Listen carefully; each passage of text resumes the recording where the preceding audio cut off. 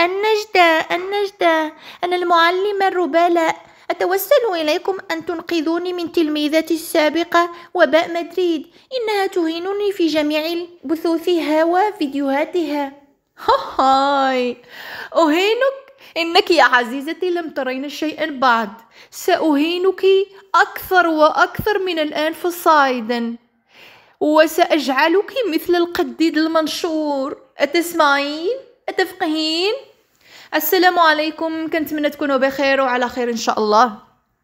المهم اخوتي، من بعد ما شفنا اللايفات ديالهم بجوج، انا حطيت الكفه هنايا وواحد الكفه هنايا. الصراحه انا غادي نقول كلام حق، انا ما عنديش مع الرباله. علاش؟ باش نكون صريحه، كانت عزيزه عليا الصراحه، ولكن من بعد ما كانت كتخرج ديك الخرجات ديالها الغير الموفقه، وكانت كتهضر غير من السمته لتحت في لبنى وفي اعراض لبنى وما خلت ما قالت المهم، وكتعاير حتى المتتبعين ديال لبنى منهم انا. المهم كلشي انا كنت غير كمتتبعه، ما كانش عاد عندي القناه.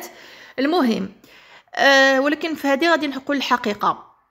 كنشوفوا على ان وباء المدريدي خارجه وكتهضر لينا في سميتو في الرباله، وكتعطيها المهم ما كتخليش ليها، وعملت عليها حتى دوك المنشورات في المنتدى بدون حياء ولا حشمه ولا حتى شي حاجه.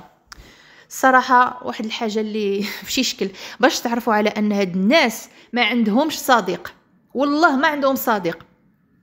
راه الرباله البارح قالت له واحد الهضره اللي هضره زوينه بالنسبه لينا حنايا.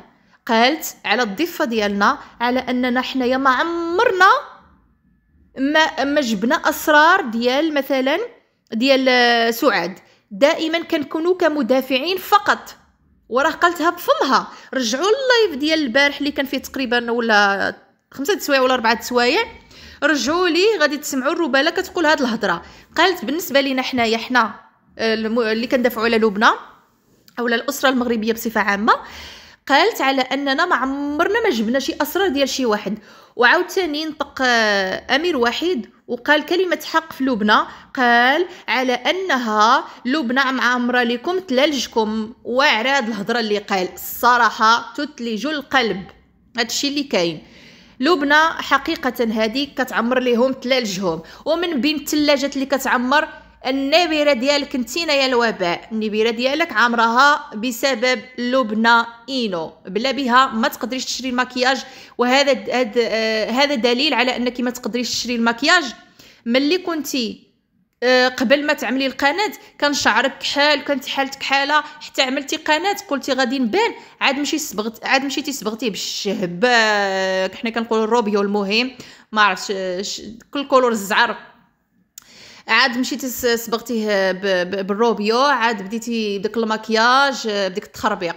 هي معمره لكم تلالجكم، خاصكم تشكروها ليل ونهار. وانتينا خاصك تشكري عاوتاني الرباله، حيت هي اللي عملت لك القناه وكتخليك تسترزقي بها. هي ولبنى عندهم عفوا فضل عليك انتي. واش فهمتي؟ وبلا ما تخرجي هاد المره وتضربي فيهم بجوج، ما تضربي لا في هادي لا في هادي، لان وحده عملت لك قناه والثانيه بسببها كتلقاي الموضوع اللي تهضري عليه. ودابا خارجه كتهضري في الرباله، ما خليتي لها غير اللي نسيتي. ايوا المهم اخوتي، اللي عجب لكم الفيديو ما تنساو